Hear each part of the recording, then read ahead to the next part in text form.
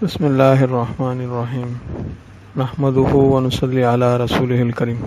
السلام علیکم ورحمۃ اللہ وبرکاتہ۔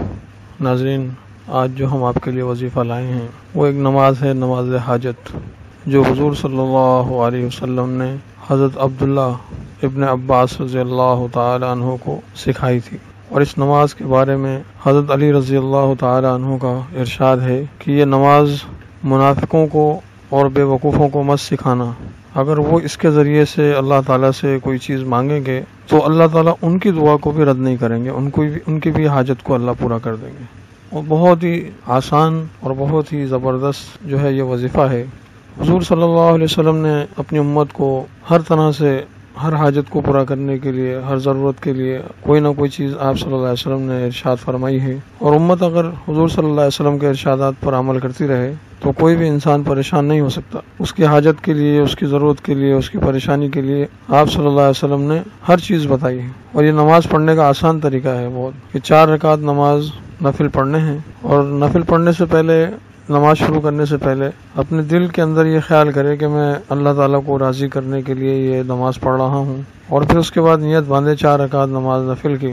پہلی رکعت میں اللہ اکبر کہنے کے بعد پہلی رکعت میں سورۃ فاتحہ یعنی الحمد شریف پڑھ کے 10 مرتبہ سورۃ اخلاص قل هو اللہ احد پوری سورت 10 مرتبہ پڑھنی ہے۔ پہلی رکعت میں کیا کرنا ہے؟ سورۃ فاتحہ کے بعد 1 مرتبہ سورۃ فاتحہ پڑھنی ہے اور 10 مرتبہ سورۃ اخلاص قل هو اللہ احد پڑھنی۔ پھر دوسری رکعت میں سورۃ فاتحہ کے بعد 20 مرتبہ سورۃ اخلاص قل هو اللہ احد پڑھنی۔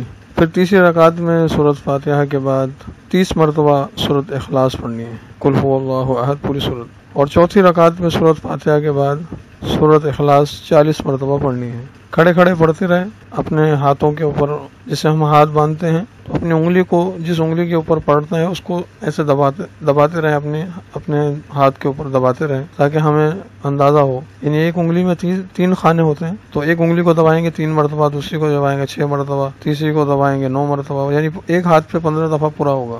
دوسری مرتبہ پھر 15 30، جس طریقے سے آپ کو آسانی ہو۔ تسبیح ہاتھ میں نہیں لے سکتے اس میں، تو اس کے لیے آپ کو بہتر یہی ہے کہ اپنے ہاتھ کے اوپر انگلیوں میں شمار کرتے رہے، گنتے رہے، یہ آسان طریقہ ہے۔ تو اس کے بعد یہ جب 4 رکعت پوری ہو جائیں پھر سلام پھیریں، اور سلام پھیرنے کے بعد 50 مرتبہ پھر سورۃ اخلاص یعنی قل هو اللہ احد پڑھنی ہے۔ یہ میں اس لیے بتا رہا ہوں قل هو اللہ احد ساتھ ساتھ، کیونکہ بہت سے لوگوں کو سورۃ اخلاص کا بھی نہیں پتا کہ سورۃ اخلاص کون سی سورت ہے، اور قل هو اللہ احد اگر کہا جائے تو وہ سمجھ جاتے ہیں کہ کون سی سورت ہے۔ اور سورۃ فاتحہ، ایک ساتھی کو، ایک آدمی کو میں ایک وظیفہ بتا رہا تھا تو میں نے اس سے کہا کہ سورۃ فاتحہ پڑھنی ہے، اس نے کہا سورۃ فاتحہ کون سی سورت ہے؟ تو یہ الحمدللہ شریف جو الحمدللہ رب العالمین پوری سورت ہے، اس سورت کو سورۃ فاتحہ کہتے ہیں۔ بہت سے لوگوں کو نہیں معلوم بیچاروں کو، تو ہم سورۃ فاتحہ اور سورۃ اخلاص کے بارے میں یہ بتا رہے تھے آپ کو۔ اچھا، اس کے بعد سلام پھیرنے کے بعد 50 مرتبہ سورۃ اخلاص پڑھنی ہے، اور درود شریف پڑھنا ہے 70 مرتبہ، کوئی سا بھی درود جو آپ کو پتہ ہے آسان لگے وہ درود شریف 70 مرتبہ پڑھنا ہے، اور پھر 70 مرتبہ لا حول ولا قوت الا باللہ العلی العظیم پڑھنا ہے۔ اور یہ پڑھنے کے بعد پھر اپنے لیے اور اپنے کام کے لیے اور پوری امت مسلمہ کے لیے دعا کریں۔ جو بھی دعا کریں گے آپ، جو بھی آپ کی ضرورت ہوگی،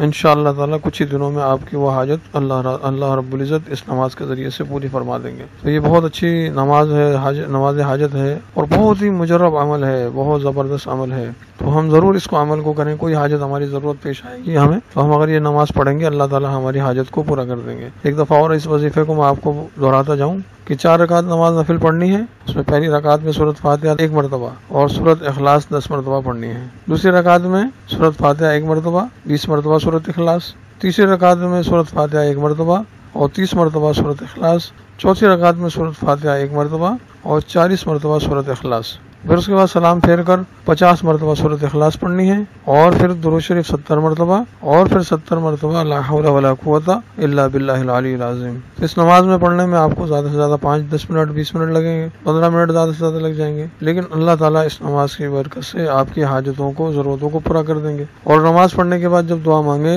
تو پہلے اپنے لیے دعا مانگے، آپ نے اپنے کام کے لیے، پھر پوری امت کے لیے بھی دعا مانگے، پوری امت کے لیے بھی دعا مانگے. اللہ تعالیٰ سب کی حاجتوں کو پورا کرے, سب کی ضرورتوں کو پورا کرے. اللہ تعالیٰ آپ کی اس دعا کی برکت سے ان کی بھی حاجتوں کو پورا کر دیں گے. اور ایک حدیث میں آتا ہے کہ جو بھی اپنے کسی مسلمان بھائی کے لیے, بہن کے لیے اس کی پیٹھ پیچھے دعا کرتا ہے تو فرشتہ اس کی دعا, جب وہ دعا کر رہا ہوتا ہے تو فرشتہ اس کے پیچھے کھڑا ہوا اس کے لیے دعا کر رہا تھا, یا اللہ یہ اس نے جو اپنے بھائی کے لیے یا اپنی بہن کے لیے جو دعا مانگی ہے تو اس کو بھی وہی چیز عطا فرما دے.